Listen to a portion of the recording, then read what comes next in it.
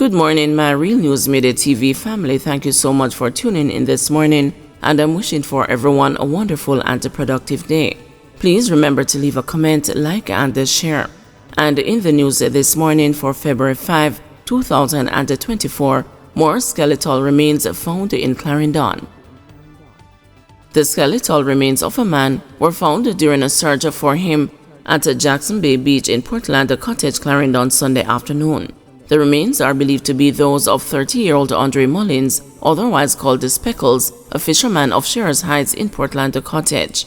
Mullins, the police said, was reportedly last seen alive in the community on January 11, 2024. He was reported missing at the Lioneltown police station by his father a day later, and a missing person investigation initiated, the police said. Reports indicate that around 1 p.m., members of the community were conducting searches along the beach when they stumbled upon the skeletal remains and summoned the police. On arrival, police saw the skeletal remains in black jeans pants, a darker colored shirt, and a foot of white sneakers. A skull was seen a few feet away. Mullins' father, who was on the scene, indicated that the items of clothing appeared to be those of his son.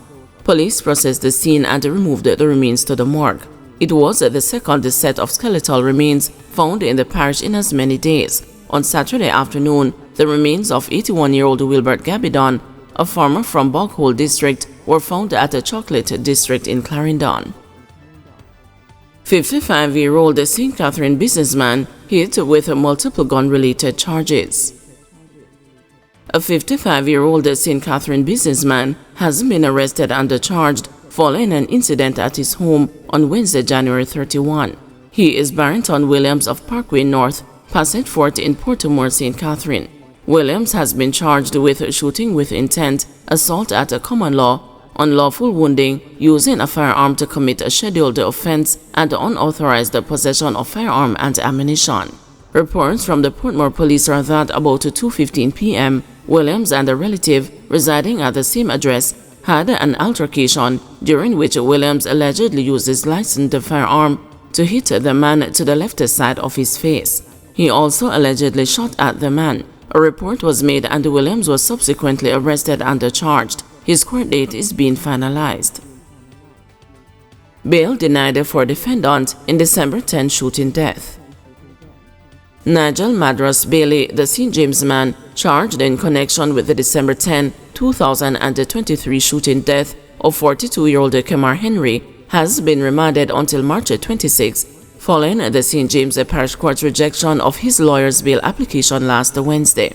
Bailey, who is of a Beckersteth address in St. James, is charged with murder in relation to the death of Henry, otherwise called Brocky and the Diamonds, who was gunned down by a group of men in his native Anchovy community on December 10. During Wednesday's court hearing, Bailey's attorney Maurice McCurdy applied to presiding parish judge Sasha Marie Smith Ashley for bail on the defendant's behalf, citing issues with how the prosecution's witness reportedly identified his client. It is almost as if she is convicting him already without even telling the police that indeed I saw him shooting X, Y, and Z, and she has not said that. I say that to say the case for the Crown is tenuous at most, very, very tenuous.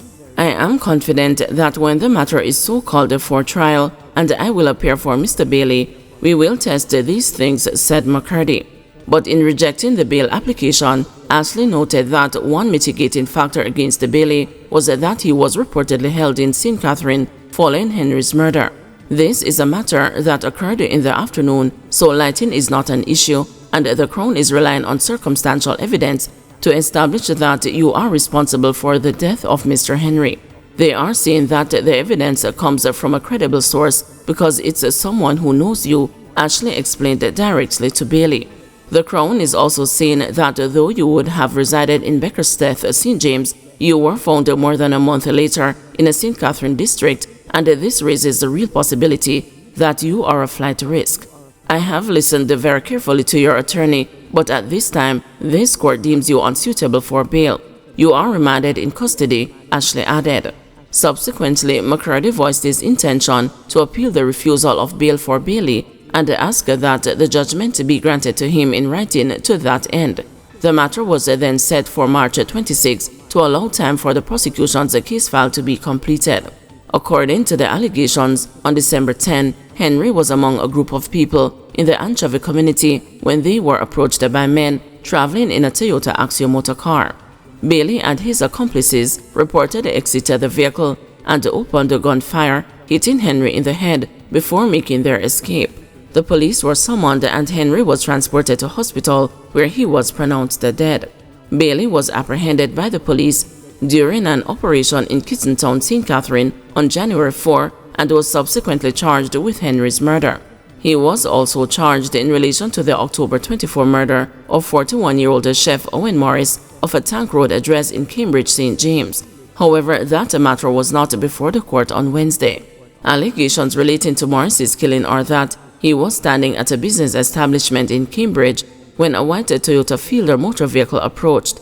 Bailey and another man, armed with guns, alighted and opened fire at Morris, hitting him all over his body.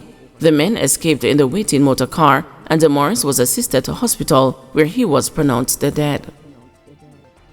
Man pleads guilty to killing woman he was seen leaving bar with. A St. Ann man is to be sentenced on February 13 for the murder of a woman who was seen on closed-circuit television footage leaving a bar with him in Runaway Bay, St. Ann in 2022. Alromia Pringle pleaded guilty to killing 26-year-old St. Elizabeth resident Rochelle Glaze when he appeared in the St. Ann Circuit Court on Thursday. High Court Judge Justice Andrea Pettigrew Collins has ordered both an antecedent report and a social inquiry report to aid in sentencing the convict. Pringle, a resident of Mount Ararat, St. Ann, was remanded in custody until then. Reports are that on Sunday, May 22, 2022, Glaze was last seen leaving a bar in the Runaway Bay area with a man. 4 days later, family members reported Glaze missing at the Runaway Bay police station. Investigations launched a probe and obtained CCTV footage which showed Pringle as the man who Glaze was seen leaving the bar with on the day she was last seen alive. He was subsequently detained. Further investigations led the police to a shallow grave in Cardiff Hall in the Runaway Bay area where Glaze's decomposed body was found. Pringle was subsequently charged. It is believed that Pringle and Glaze had a dispute during which he used a piece of board to hit her several times, resulting in her death. Pringle is then accused of burying her body on a property where there is an unfinished house. Police seeking to identify body of man. The Denham Town Police are seeking the public's help to identify a man who died in hospital after being found unresponsive along a roadway. The body is of dark complexion, slim build, and about 6 feet long. It appears to be in its mid-50s. The police report that about 5:09 p.m., the man was seen unresponsive on Dove Street and was taken to hospital for treatment. He died the following day. The police are asking anyone with information that may be able to assist the investigation to contact the Denham Town Police at 876-948-6443, Crime Stop at 311, the 119 police emergency number, or the nearest police station.